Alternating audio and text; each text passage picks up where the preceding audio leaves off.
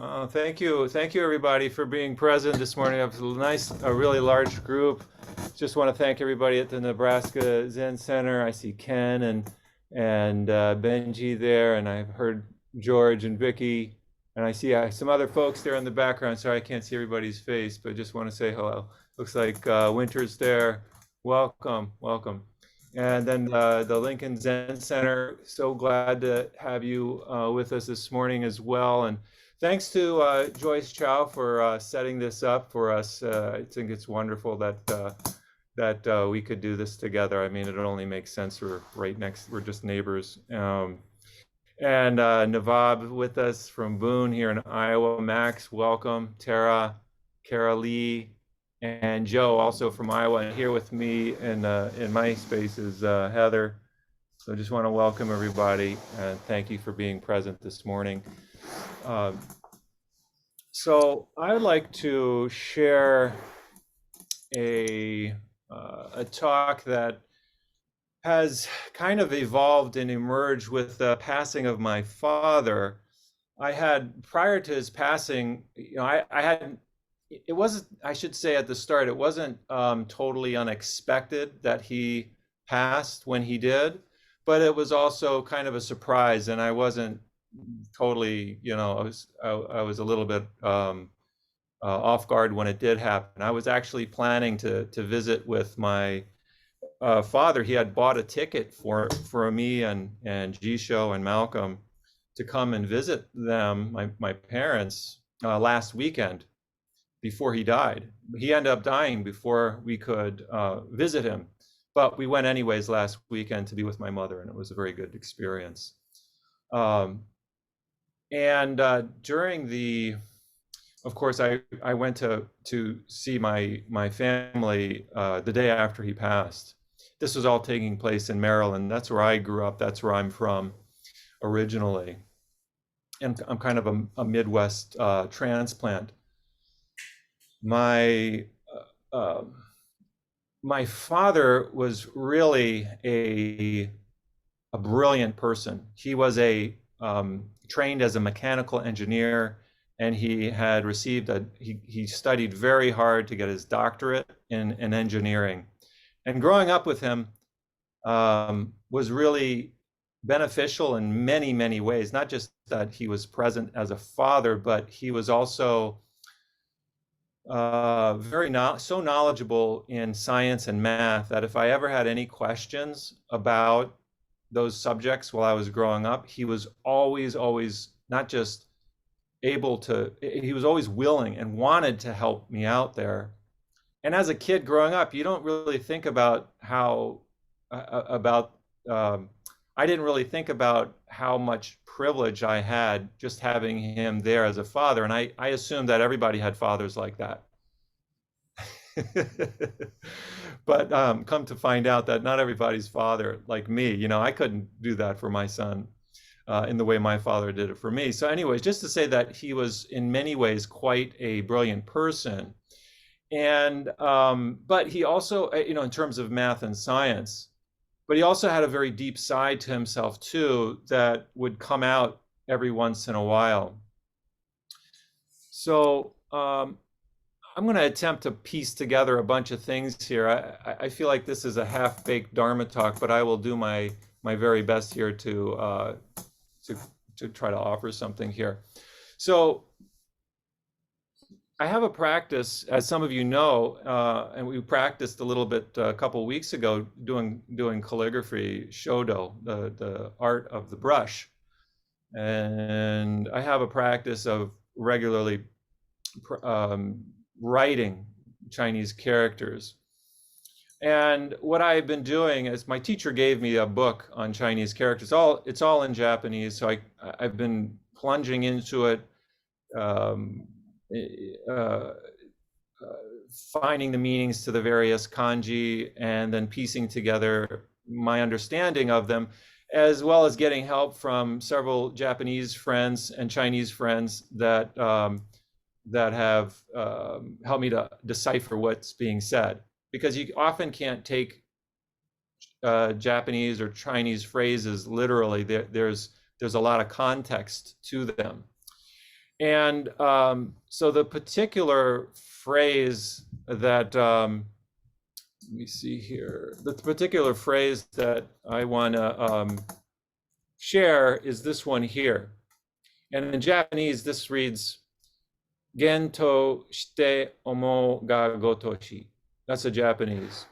The English translation of this is my writing of it, just the practice of it.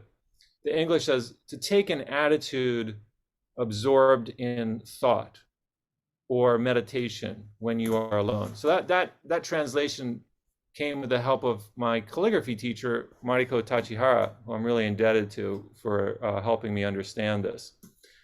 But I, when I saw her translation, it just woke up a lot of different thoughts in me. And so I want to circle around this particular phrase in this Dharma talk. It might feel, as I've been trying to piece it together, there's a lot to share, and it feels like it's all over the place. But this is going to be my anchor, is this idea of taking an attitude absorbed in thought / meditation when you are alone. The title I've given to it, other titles I've given to these characters is feeling deeply the present moment or absorbed in deep time thought. So these are other, I don't know how accurate these are to the literal Chinese characters, but as I've been exploring them, I feel like that these might be close ways of understanding these particular three characters, and you can see the formal way of writing them up here. Okay, so back to my father. As I mentioned, he was really a brilliant person, and when I was at home with my mother, I came across my father's doctoral dissertation prior to his funeral service, and I was planning, and I offered a eulogy for my father along with my brother and a couple other folks. And I thought, wow, my father is always about his experiences in getting his doctoral degree, and he worked many years to receive it. And I'd always heard about his dissertation, but I never saw it and I never read it. And here it was sitting in the garage on a desk. My father had the habit the last few months of his life of sitting down in the garage at a desk there and reading old things that he'd written, including his dissertation. So there it was, and I picked it up because I was curious, like, what is in this thing that my father worked so hard for? And when I opened it up, I saw a side of my father that was even deeper than I had originally experienced as a kid, of course. His dissertation was filled with mathematical formulas that I couldn't comprehend. It would probably take me several years to understand just what he was trying to write out in a mathematical formula. And the writing of it too it had so much scientific jargon in it. I needed somebody to help me translate it. I didn't have that help. This morning, in fact, I called my mother just to see if she could. The thesis has now been misplaced. I don't know where it is. Things get messy around a funeral, and my mother's been doing some major reorganization of the household since my father's passing, and so I'll have to look for it when I go home again. But I wanted to share the first couple of lines of his dissertation with you. Unfortunately I can't do that, but so I'm drawing from memory and based on what my father has shared with me. And basically his dissertation was about the transfer of heat from one object to another. I mean, I don't know if that's a good way to. He probably would say no. I don't know, but the gist I got from reading the first page of it, the abstract of it, was It had to do with transference of heat. And scientists use, again, they use such interesting jargon for talking about these things that require sometimes multiple readings or translations back into English that we can understand. But one of the phrases that he used in the writing of his thesis was this idea of change of phase, change of phase. And I can't replicate that in a scientific way. However, I think there's some application to our practice. I see things very differently from my father. I turned out, he had I completely shocked him in the choice of lifestyle and life that I've led, because it's from his worldview, it's so far removed.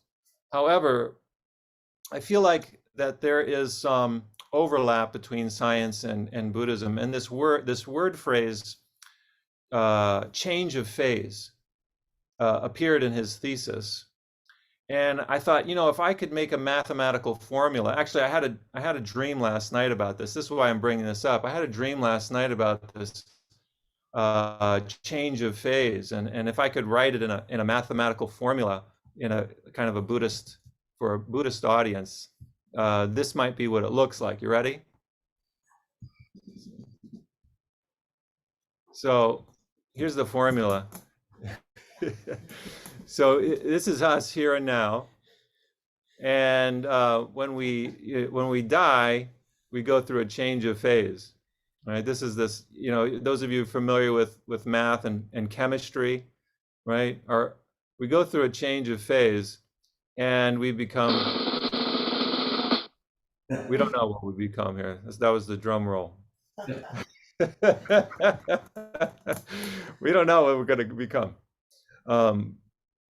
So there's us here and now, all of us here and now, and we go, us personally. It's not about something external to ourselves, but all of us are going through a change of phase, and we become something. And that's true for our present life until the end of our life, but it's also true in the transition from life into death. We don't know what this next moment is going to bring. We're here and now. There's this change of phase taking place individually, collectively. And then what we become is question mark. So how does this all relate to this phrase, gentoshite omo gagotoshi? How does this all relate? Well, I had written some ideas about this phrase that had to do with my father and an experience I had with him. And I had written them down a couple of months before his passing. So it seems somehow related, right? That I would use this experience I had with him to try to explain the meaning of this phrase, or try to understand it really for myself. But let's take a look at this phrase and see if we can jump in a little bit deeper into it, and maybe things will come together here. So the third kanji in here means omoi in Japanese, to think or to feel, and this can be used interchangeably. To think or to feel could be used interchangeably. The top part of it means a field, and the bottom part means heart, or it could be mind. And this Chinese character that for heart or mind is used interchangeably in Japanese. Sometimes it's translated as heart, sometimes as mind. The Heart Sutra, in fact, has this Chinese character in it. It's very central. So it's right there in the heart of Buddhist teachings, but it's also used to translate the word mind into it. And interestingly, when a Japanese person, some when they say they're thinking, they'll point to their heart rather than their head. So all this to say is that feeling and thinking are not two separate things. Feeling and thinking are not two separate things. So I just want you to keep that in mind as we are thinking about this phrase. All right, let's see.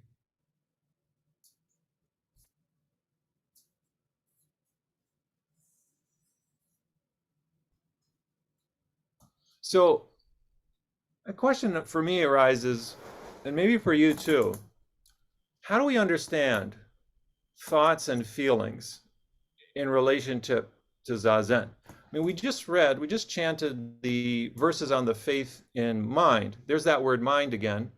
It could be translated as heart, remember? But how do we understand it? And verses on the faith in mind, it's very clear it kind of places thoughts and feelings in a very low place, right? We're being asked as a form of practice to let go of thoughts and to let go of feelings, to let go of knowledge, which honestly is a really hard thing for many of us to do. And certainly it was one of the reasons why it was impossible for my father to understand meditation. He tried practicing with me a few times, and he told me, I only looked at my watch one time. But especially somebody with a doctorate, they're so, and any of us, we're so dependent on words and letters. And Zazen is asking us to do something very, very radical in letting go of thoughts and feelings. So you might think about, and you can add to this if you wish, how we, as we're practicing meditation, how do we view thoughts and feelings? And a lot of us might think of thoughts as distractions, and certainly we verbalize thoughts as distractions in that way, or we see them as unreal. The verses on the faith and mind certainly suggest the unreality of thoughts and feelings. Uchiyama Kosho Roshi would call them secretions of the brain, kind of like mucus in the nose, it's something you want to clear away.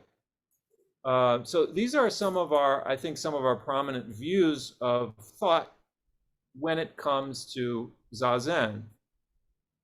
And that is fine. I think these are important concepts in studying and practicing meditation. I think this is an important aspect of meditation. Yet,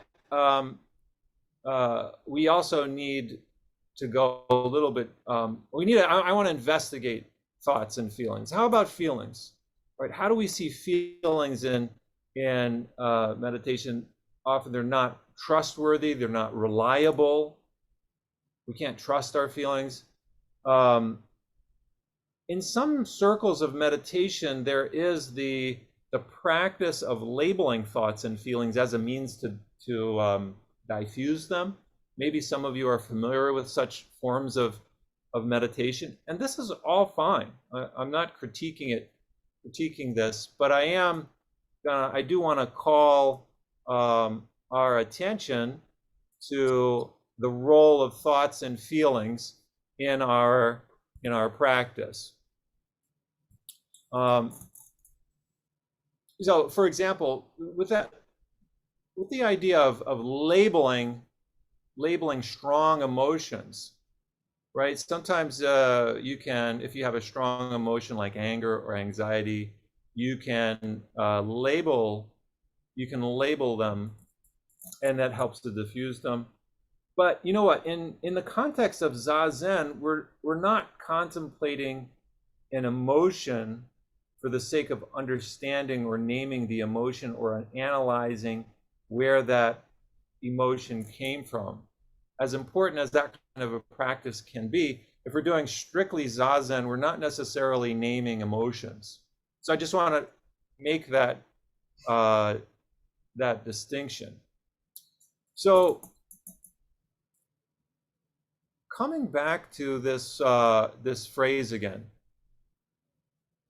gen toshite omo ga gotoshi, right? Having a deep feeling or absorbed in thought. Whereas my calligraphy teacher said absorbed in thought / meditation. She saw this kind of deep thought as a kind of meditation, and this might give us a different orientation towards towards thoughts, towards feelings in Zazen, right? How do we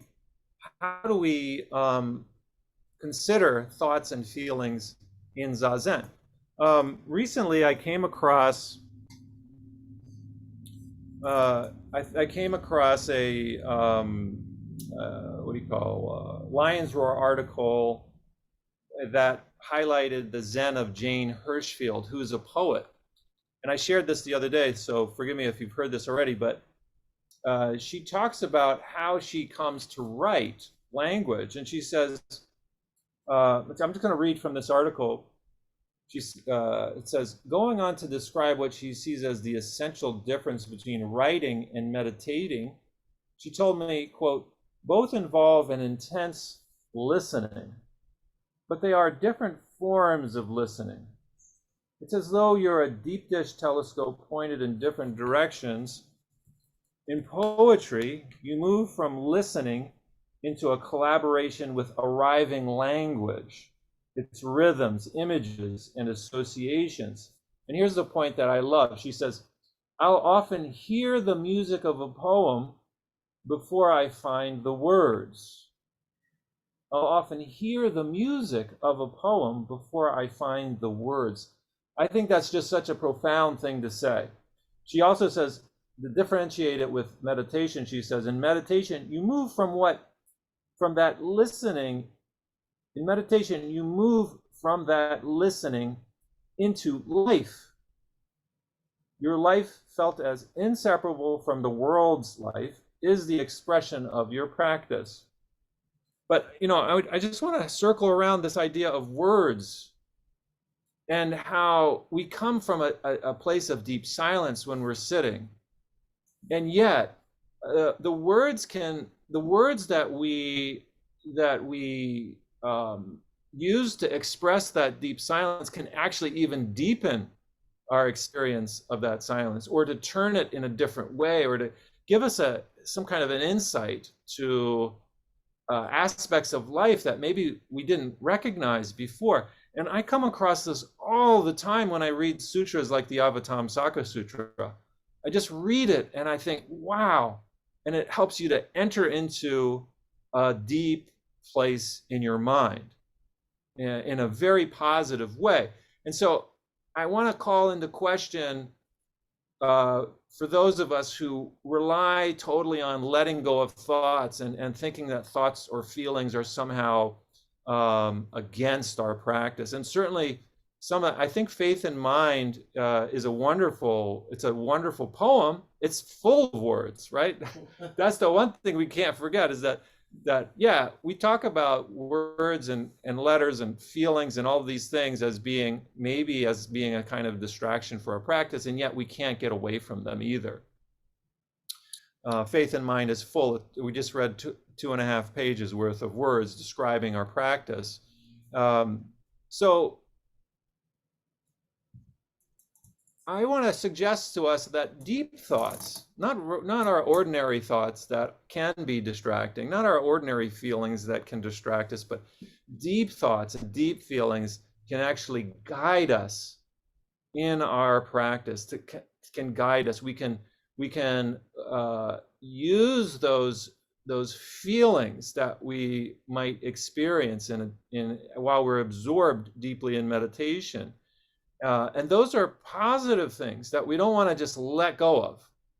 That's my suggestion to us. We don't need to let go of certain feelings or thoughts, and we don't need to analyze them either, but they can help us to go deeper into our practice. So I'd like to share this story. So this story with my father, this happened maybe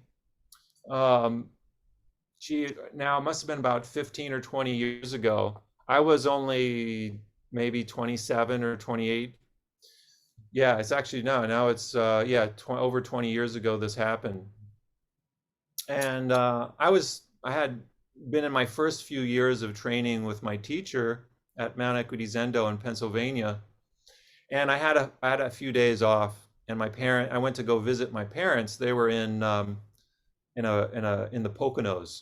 at a lake in the Poconos of central Pennsylvania. So they weren't too far from where I was actually living. And my my relatives, they had this house on the lake, and we were on a boat, and it was just this beautiful, beautiful scenery being on the lake. I was there. My father was there. I think my mother was with us on the boat, and my cousins were there with us.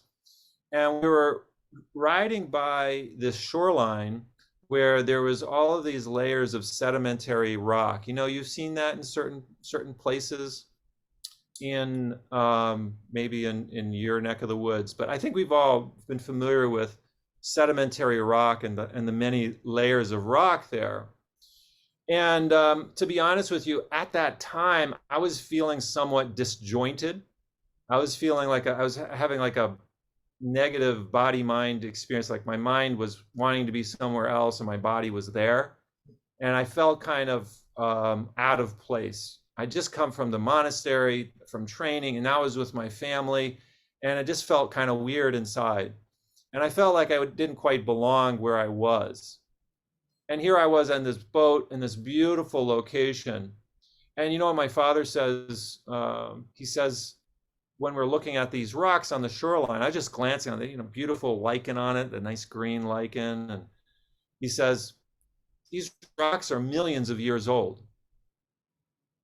And when I heard him say that phrase, these rocks are millions of years old, something shifted in me. And all of a sudden I was like, wow, my father just, he just gave a teaching. That was a Dharma lesson right there. I wasn't expecting it at all. In that moment, he was my teacher, pointing out that those rocks are millions of years old. I missed it. Seeing deeply into the present moment. He was absorbed in that moment in very deep thought about those rocks over there on the shoreline. And I had missed it. And so I think that kind of, he didn't think about it as a teaching at all. It was just the way that he thought. But I want to say that, the deep feeling sensed in Zazen could be more of an intuitive sense that affirms what we are experiencing through the senses, right? Whether it's Zazen or whether we're on a lake watching the shoreline, these are all opportunities for practice.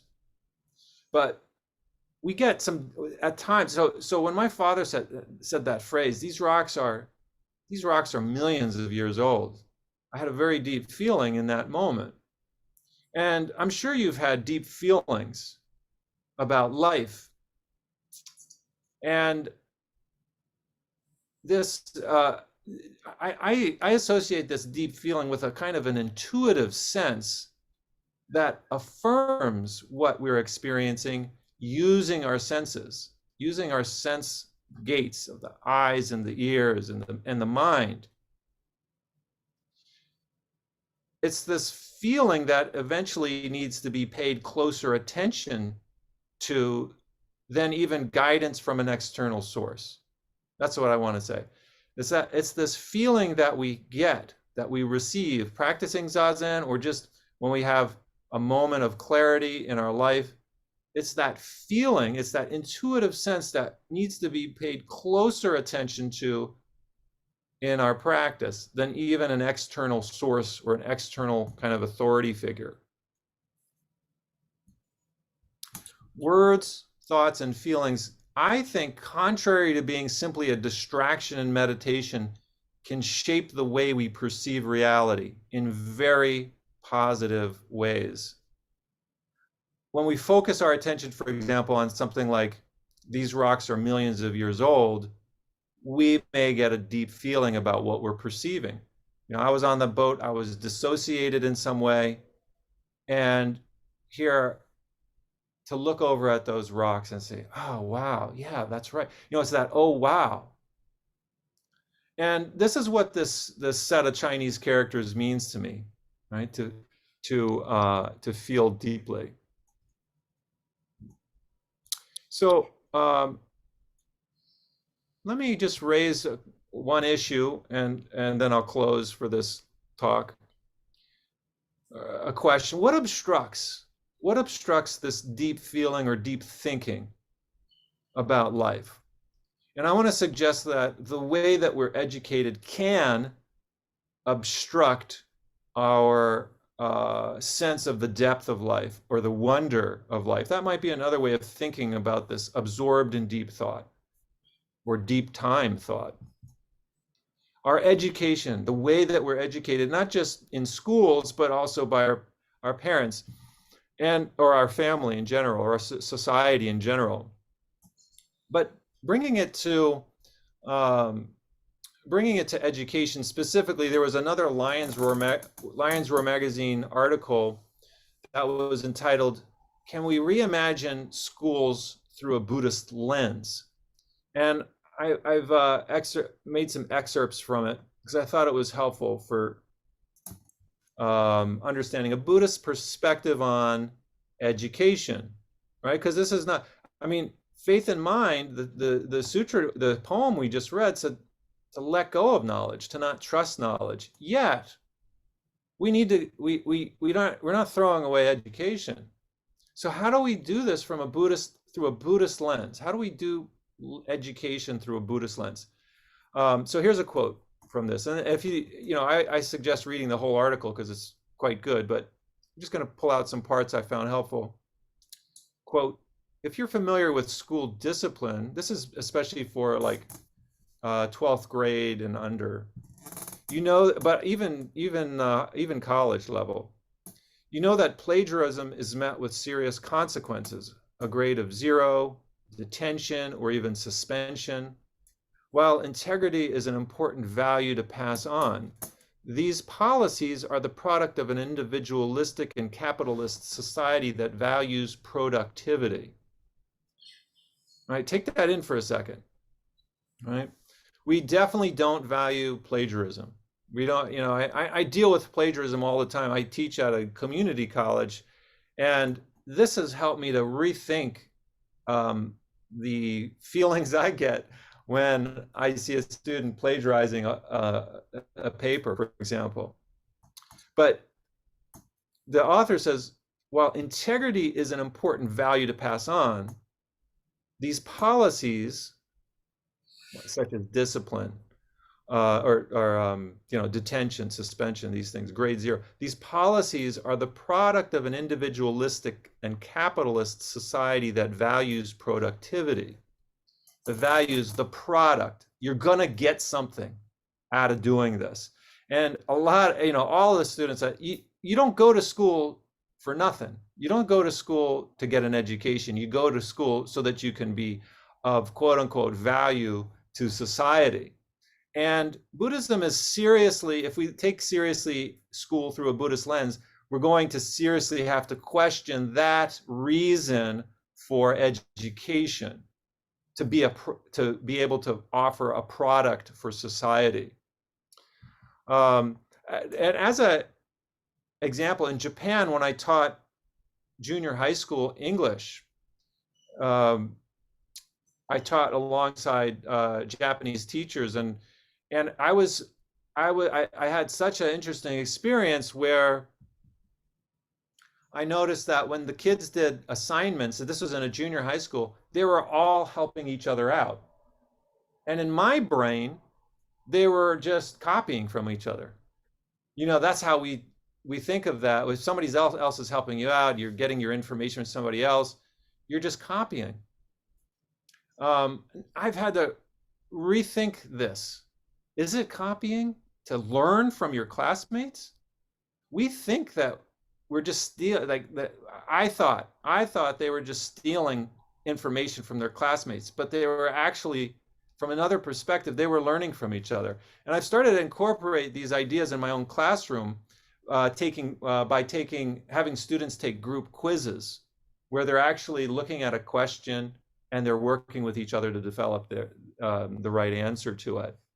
The article says further, when we fail to produce, we suffer. Students and families stress over a few missing homework assignments, some getting caught in a never-ending cycle of catch-up. Teachers worry about losing 1 hour of instructional time to projects or field trips.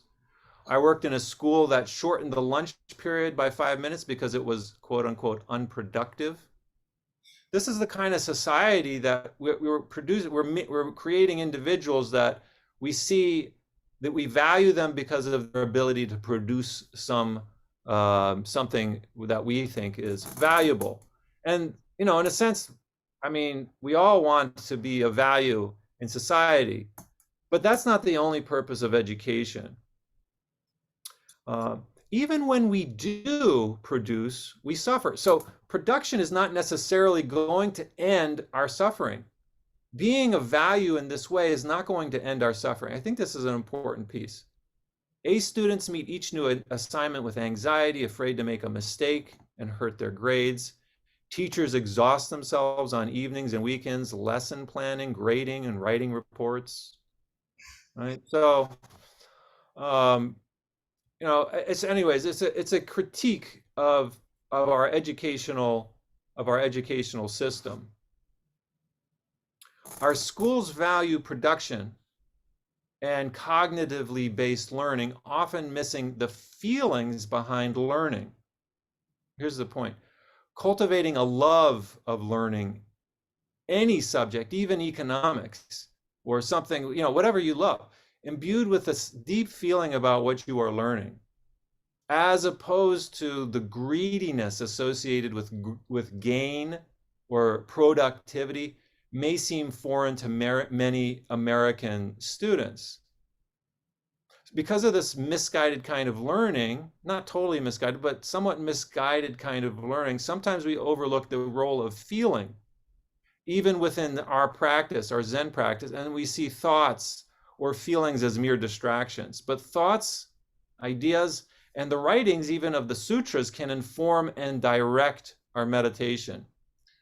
So I've attempted here to weave in a lot of different ideas, and I apologize if it's kind of all over the place here, but I want to share a line from the Avatamsaka Sutra to close us out here. It says, and this again, connecting back to that feeling that I had when my father spoke those words of those rocks being millions of years old. The sutra says, some lands last an eon, some exist for 10 eons or more, or for more eons than atoms in 100,000 lands. Right? Just kind of get your mind wrapped around that. More eons than atoms in 100,000 lands. I can't get my mind wrapped around that. Without having this eye that recognizes the deep feeling associated with my father's words, these rocks are millions of years old, we might miss an opportunity for deep time thought and the sense of unity that comes with connecting to rocks that are eons old. The atoms in our body are also, they're as old as the cosmos itself, yet it's too easy in our mentally and environmentally toxic society for many of us to live in forgetfulness about this, thinking of ourselves as being productive in some way. And we often waste time in pursuits that are based in ego gratification or gain, some kind of a gain that is, it's the bedrock assumption of the United States. Live in the pursuit of happiness. But Buddhism teaches that happiness is neither dependent on acquiring pleasure and material resources, nor is it disavowing the pursuit of pleasure and material resources, but in seeing deeply the interconnected nature of reality all around us. And when we look deeply, we can see that the age of the rocks is not different from our own age. Thank you.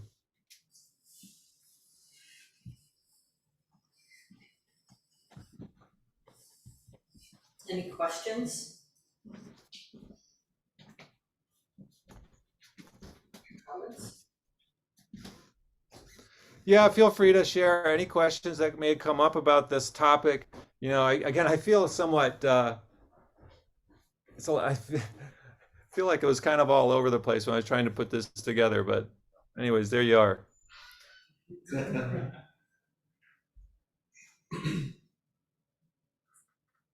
got a question. I'm still trying to like put it together in my head. If that makes sense, but so in regard to feelings, there are many different modalities, as you pointed out, to be with them. There's many different kinds of like somatic ways to be with feelings, to allow them to express. In just when I was listening about Zen, and my general understanding is that you look at it and it's supposed to go. But if it keeps coming up in Zen, in your experience, have you found that you're able to express feelings by just watching them come and go, or do you need to do something like yoga or any other kind of modality when you feel like something needs to be expressed? Right. Yeah. This is a good point. Like, do we express the feelings that we have in the moment as a means of practice, or do we let them go? It depends on the feeling. Some people, like in modern pop psychology, if you're angry, there's a idea that you've got to express that in some way that's not going to, be too damaging. You don't want to hold on to those kinds of feelings. And I don't have a straight answer for how to work with feelings, because it depends on the context. It depends on what's going on there. What kind of feeling is it? Is it anxious? Is it angry? Is it desire? The feeling of desire. How do we deal with all of these things? Because a lot of times, if we fool ourselves to thinking that we're letting a feeling go, we're actually sometimes just repressing it, and then it comes up even stronger.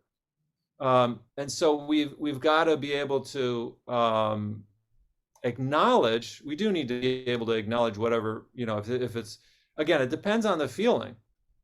So I don't know how to answer that without more information.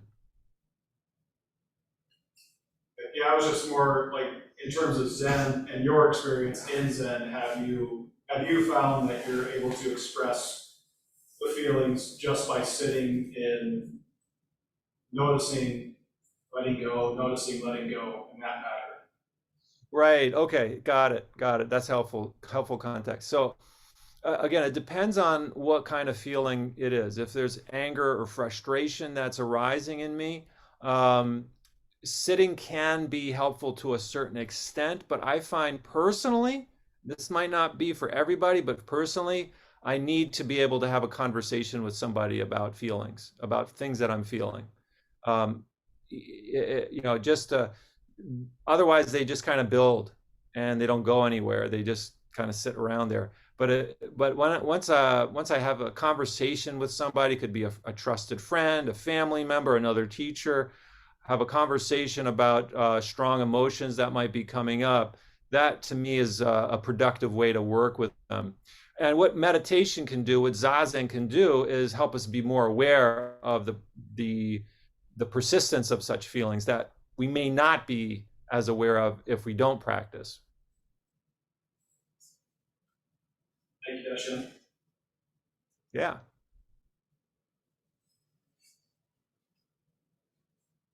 Anybody online having any questions or comments?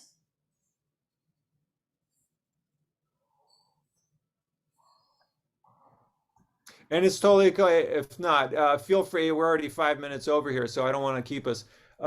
Feel free if you want to email me. You're welcome to do that. Daishin@zenfields.org. Happy to have a conversation with you. I think we should probably end it here, but I just want to thank you all for attending today, practicing together with you, folks. Nebraska Zen Center for pulling this all off, and Lincoln Zen Center for being with us this morning, and those of us online, Navab, Miori and Hogan, Carol Lee, and Heather here. Thank you.